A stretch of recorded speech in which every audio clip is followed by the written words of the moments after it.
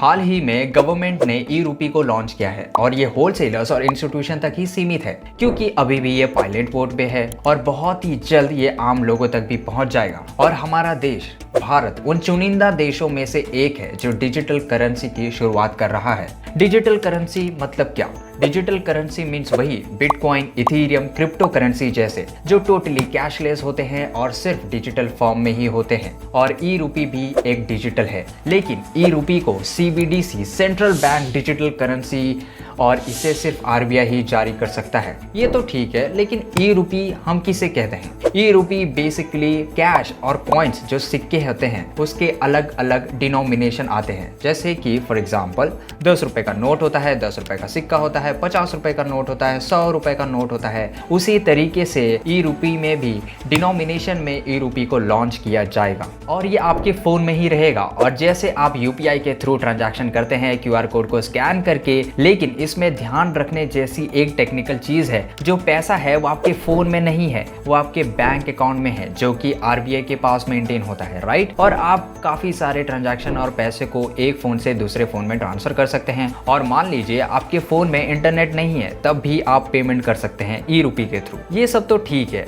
और offline transaction तो हम UPI के थ्रू भी कर सकते हैं, लेकिन ई रूपी का लाने से हमें क्या अचीव करने वाले हैं? सबसे अच्छी चीज है ई रूपी को लाने में, जो हमें मेटल और पेड़ों को काट करके पेपर से हमें नोट्स करेंसी बनाए जाते हैं, वो हमें नहीं करना पड़ेगा। दूसरा, आपको ATM में जाके कैश विड्रॉ करने की बिल्कुल भी जरूरत नहीं है। तो दोस्तों, अगर आप अभी तक नहीं समझे हैं तो मैं आपको सिंपल एक एग्जांपल देता हूँ। मान लीजिए आप एक दुकान में गए, वहां आपने 500 रुपए का सामान खरीदा और आपके पास कैश बिल्कुल भी नहीं है और वो दुकान वाला पेटीएम, गूगल पे, UPI के थ्रू पेमेंट नहीं ले रहा है, तब तो आप ATM जा करके ही विड्रॉ करके उसे पेमेंट करना पड़ेगा। लेकिन अगर आपके पास ई रूपी है तो आप सीधा 500 रुपए का पेमेंट कर सकते हैं। अब ध्यान से सुनिए, आपने पेमेंट तो किया लेकिन आपने कैश में नहीं किया, आपने डिजिटली किया। मतलब पैसा तो वही है, पैसे की वैल्यू भी वही है, जस्ट कैश नहीं है, ये डिजिटल हो गया। और ई रूपी का सबसे खास बात ये है कि इसे वो लोग भी यूज कर सकते हैं जिसके पास बैंक अकाउंट भी नहीं है। ध्यान से समझिए, जब आपके पास पेटीएम या UPI के थ्रू आप ट्रांसफर करते हैं या किसी को पेमेंट करते हैं, तब तो आपके पास बैंक अकाउंट होना जरूरी है, वरना आप पेमेंट या UPI का यूज ही नहीं कर सकते हैं। लेकिन ई रूपी के केस में ऐसा कुछ भी नहीं है, आपको बैंक अकाउंट रखने की जरूरत ही नहीं है। जैसे आप कैश को यूज करते थे, आपको वैसे ही ई रूपी को यूज करना है, but in a digital form. और ये बहुत ही सिक्योर है क्योंकि ये ब्लॉकचेन टेक्नोलॉजी पे जो बना हुआ है। अगर आपको ब्लॉकचेन टेक्नोलॉजी नहीं पता तो उस पर मैं आपको एक अलग से वीडियो बना दूंगा,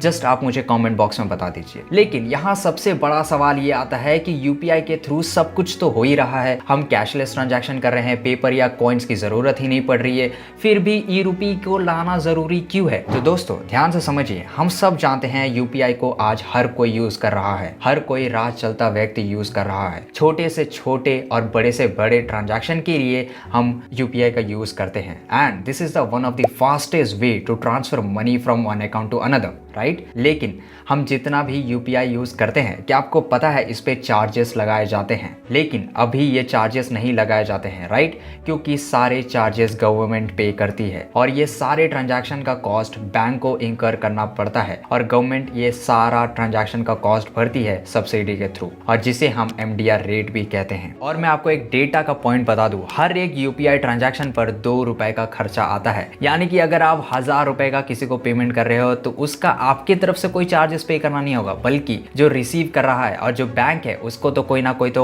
खर्चा तो आ रहा है ना, वो सिस्टम मेंटेन करने के लिए, वो एम्प्लॉयज को रखने के लिए। और यही चीज को ई रूपी हमेशा के लिए सॉल्व कर सकता है, क्योंकि ई रूपी अपने आप में ही एक करेंसी है। और जब भी आप ई रूपी से एक पर्सन टू दूसरे पर्सन का ट्रांजैक्शन या पैसा ट्रांसफर कर रहे हो, उस पे कोई भी चार्जेस देना नहीं पड़ेगा, क्योंकि इसमें कोई बैंक वाला इन्वॉल्व ही नहीं है। और दोस्तों मैं आपको बता दूं, हम जब तक UPI फ्री है तब तक हम UPI का यूज करेंगे, लेकिन ई रूपी को तब तक यूज नहीं करेंगे। पर जैसे ही UPI पर चार्जेस लगेंगे, जो एक ना एक दिन होना ही है, आखिर कब तक गवर्नमेंट हमारे खर्चे भरेगी, राइट, तब तक उसके बाद हम UPI को यूज करना शुरू करेंगे और ये होगा जरूर। और सोसाइटी में दोनों चलेगा, ऐसा नहीं है कि UPI जीत गया या ई रूपी जीत गया, दोनों ट्रांजैक्शन, दोनों सिस्टम हम लोग यूज करेंगे। तो दोस्तों मैं आशा करता हूँ आपको ये कॉन्सेप्ट अच्छे तरीके से समझ चुके होंगे। अगर कोई भी डाउट है तो आप कमेंट बॉक्स का यूज़ कर सकते हैं, मैं ज़रूर कोशिश करूँगा मैं इसका जवाब आपको दूँ।